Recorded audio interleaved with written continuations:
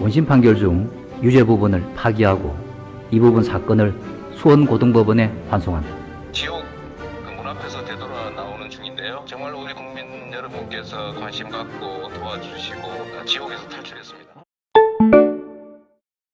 이재명 경기도지사의 공직선거법 위반 재판에서 대법원이 무죄 취지의 판결을 내려서 사건을 이제 수원고등법원으로 이제 되돌려 보냈는데, 김경수 지사가 지금 항소심이 지금 살짝 시작이 됐죠. 예. 선고는 아직 좀 남았지만 여기에 좀 영향을 좀 미칠까요? 어떻게 보세요? 아마 야당의 지지자들은 김경수 경남지사도 대법원에 가면 또 그렇게 되는 거 아니야? 이런 생각들을 많이 하게 될 것 같아요. 이제 그런 힌트가 지난달에 열린 공판 기일에서 있었어요. 재판장이 뭐라 그랬냐면, 닭갈비집 사장의 증언이 상당히 효력이 있는 취지로 발언을 했거든요. 뭐냐면은 김경수 지사가 시연에 가서 주문해서 먹은 것이 아니라 식당에서 먹고 갔을 가능성이 있다는 그런 닭갈비집 그 사장의 증언을 유효성이 있는 걸로 좀 받아들였거든요. 예. 이것이 받아들여지면 알리바이가 김경수 지사에게 유리하게 되는 거죠. 그렇죠. 2심에서 김경수 지사가 무죄 판결이 나서 이 사건이 또 대법원으로 간다면 김경수 지사에게 유리한 판결을 하지 않을까. 얘기를 좀 바꿔보죠. 이재명 경기지사가 정치적 생명을 살린 건데, 누구는 살고 누구는 조금 긴장하는 사람이 한 명 생겼어요. 누굴까요? 이낙연 그렇죠. 의원인데 네. 11점 전쯤에 한길 리서치 조사에서 이낙연 의원의 대선 후보 지지도가 28.8%,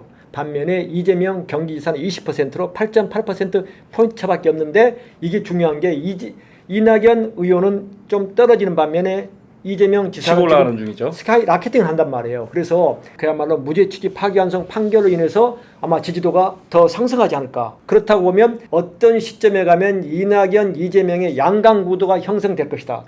지금 가장 중요한 것은 이낙연 전 총리나 이재명 경기지사가 유력한 여권의 대권 주자인 것은 사실이지만, 두 분 다 현 민주당 핵심 지지자들부터 완전히 신뢰받는 후보가 아니라는 겁니다. 아직까지는 민주당 핵심 지지자들이 두 사람을 아직 가능을 보는 단계일 것이다 라고 저는 봅니다. 이런 상황에서 만약에 김경수 경남지사가 드루킹 사건에서 족쇄가 풀린다면 대선 후보로 아마 출마할 거거든요. 그러면 친문은 일단 김경수 경남지사 쪽에 약간 기울겠죠. 일단 김경수 지사를 제외하고 이낙연 전 총리하고 이재명 지사만 놓고 우리 둘이 한번 분석을 한번 해봅시다. 대선 국면에서 예.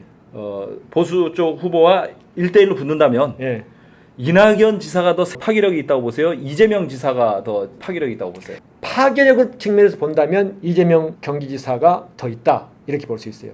특히 이낙연 의원은 어느 시점부터인가 공세적보다는 수세적이고 방어적이에요. 그런데 대권은 수세적으로 해서 쟁취한 법이 없더라고요. 이낙연 지사는 내가 특정 지역을 내가 구분해서 너무 정파적으로 얘기하는 건 아닌데, 호남 후보가 과연 민주당 후보로 승리할 수 있을 것인가에 대한 회의감이 꼭 민주당 핵심 지지자들 사이에만 있는 것이 아니고 일반 국민들 사이에도 좀 있습니다. 그런데 이재명 지사가 가진 가장 큰 장점은 정책적 능력이나 이런 건 두 분 다 비슷하다고 봅니다.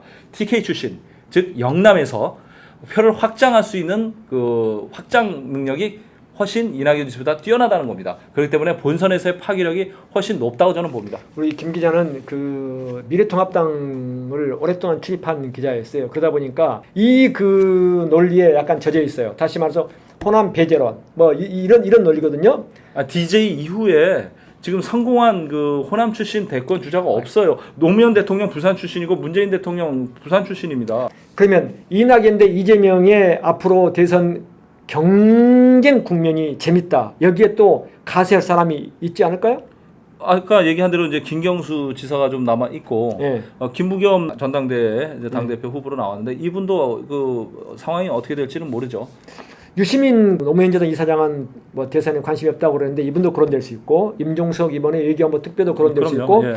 아마 정세균 국무총리도 마지막이라고 그럼요. 생각하고 예. 충분히 아마 참여를 할 개연성이 있지 않겠습니까? 네. 김경수 지사가 아직 변수로 남아 있긴 하지만 결국 대선 레이스는 이낙연 전 총리하고 이재명 지사의 양자 구도로 흘러갈 가능성이 높다고 봅니다. 그래서 그 이제 누가 본선에서의 경쟁력이 있을 것이냐, 그 국민에게 더 신뢰를 줄 것이냐라는 싸움인데, 지금 여론조사 추이를 보면 아까 한길 리서치 조사를 말씀하셨는데, 이게 언제 이제 크로스가 될지 그 아주 기추가 주목됩니다. 이낙연 의원은 지금 김부겸 의원과의 당대표 이제 경쟁, 전당대 경쟁을 하는데 전당대회 때부터 그 교과서적인 답변 그리고 현직 국무총리 같은 답변 항상 엄중하게 생각한다. 엄중하게 살펴보고 있다는 말씀만 반복 하시는 분이죠. 예. 엄중 이낙연 총리. 그러니까 그런 방식에서 탈피해서 다시 말해서 노무현 전 대통령이 2002년에 했던 선거 전략 그리고 지금 이재명 경기지사가 하는 그런 방식 때론 도발적이고 때론 공세적이고 그리고 이슈를 메이킹해놓고 이슈를 끌고 가는 이런 능력들을 그야말로 과감하게 한번 보여줄 필요가 있겠다. 그렇지 않고서는 뜨는 이재명 경기지사를 이기기가 쉽지 않을 수도 있다. 이런 전망도 해볼 수 있지 않겠습니까? 이낙연 총리가 이거 유튜브 이거 방송 나가면은 이거 보시면 상당히 서운해하시겠는데요. 기분이 나쁘겠죠. 하여간 뭐 대권 후보는 항상 전망하는 게 현재 상황에서 유효한 거지 미래에 어떤 일이 벌어질지는 알 수 없는 거잖아요. 결국은 하늘이 내립니다. 박원순 시장이 저렇게 갑자기 스스로 목숨을 끊을 줄 누가 알았겠습니까? 그래서 앞으로 여러 차례 아마 변곡점도 있을 거고 전환기도 있을 것으로 봅니다. 통합당에서는 이재명 지사에 대한 대법원 그 판결에 대해서 어떻게 받아들일까요? 대권 주자들 입장에서는. 대권 주자 입장에서는 큰 강적을 만났다고 보겠죠. 이재명 지사를 능가할 만한 통합당의 대선 후보가 지금 보이십니까?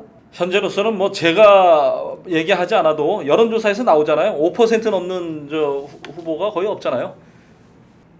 이재명 지사한테 걸어보시는 겁니까? 네. 전화를 아마 안 받을 겁니다. 전화를.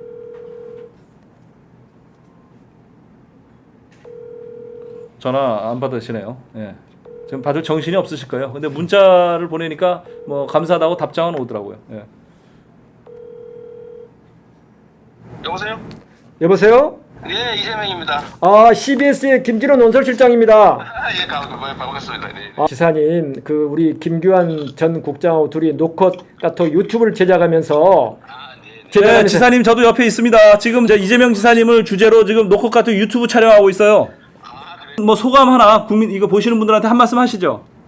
이게 제가 지옥 그 문 앞에서 되돌아 나오는 중인데요. 정말로 우리 국민 여러분께서 관심 갖고 도와주시고 해서 지옥에서 탈출했습니다. 우리가 김대중 전 대통령의 그 인동초라는 얘기 아시죠? 본인은 어떻게 생각하시나요?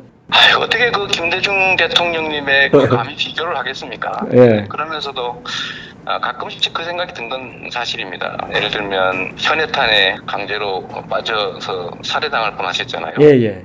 또 뭐 법정에서 사형 선고를 받고 사형 집행 대기를 하신 일도 있으신데 예. 거기에 비하면 이건 아무것도 아니다 이렇게 하면서 좀 위로했던 건 사실입니다. 예. 근데 한 가지 좀 현실적인 제가 질문 하나 드릴게요. 지금 그 여론조사에서 계속 상승세시잖아요. 그래서 지금 저희가 전망하기로는 올해 안에 거의 골든 크로스가 일어날 거다라는 전망을 했는데 솔직히 한번 그 어떻게 기대하고 계세요? 사실 지지율이라고 하는 게 네. 뭐 1, 2주, 한두 달 사이에 뭐 급전직하로 떨어지기도 하고 그런 것이어서 사실 큰 의미가 있다고 생각하지는 않습니다. 그리고 우리 이낙연 의원님께서 워낙 뭐 역량 출중하시고 네. 또 뭐 인품도 좋은 분이셔서 그 지지율이 쉽게 뭐 무너질 거라고 생각하지 않고요. 또 제가 뭐 쉽게 따라갈 수 있을 거라고 생각하지 않습니다.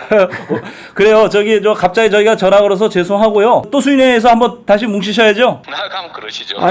지사님 이렇게 그 저희가 안 받아도 괜찮다고 생각하고 전화를 드렸는데 받아서 아주 감사와 함께 축하를 드립니다. 이거 아닙니다. 지금 좀 전에 우리 여기 현지에 나와 계신 언론인들이 많으셔서 예. 말씀도 이거 바로 들어오는 길이잖아요. 그래서 예. 제가 다 받았습니다. 그리고요 CBS를 계속 노컷 뉴스를 많이 사랑해 주세요.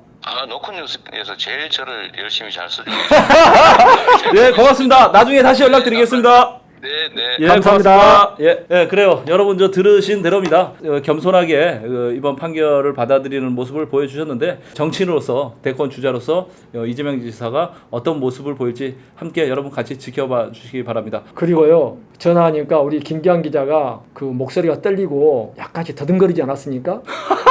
많이 긴장한 것 같아요. 원래 이런 분이 아닌데 뭐 이상해 뭐 빠가 되려고 하는지 모르겠어요. 아니 지난 유튜브 마지막 때도 저를 디스하시더니 오늘도 디스하시고 끝내시네. 하세요. 노컷 카톡 오늘 것은 이거로 끝내겠습니다. 많은 구독 그리고 많은 애청 그리고 많은 전파 부탁드립니다. 여러분 감사합니다.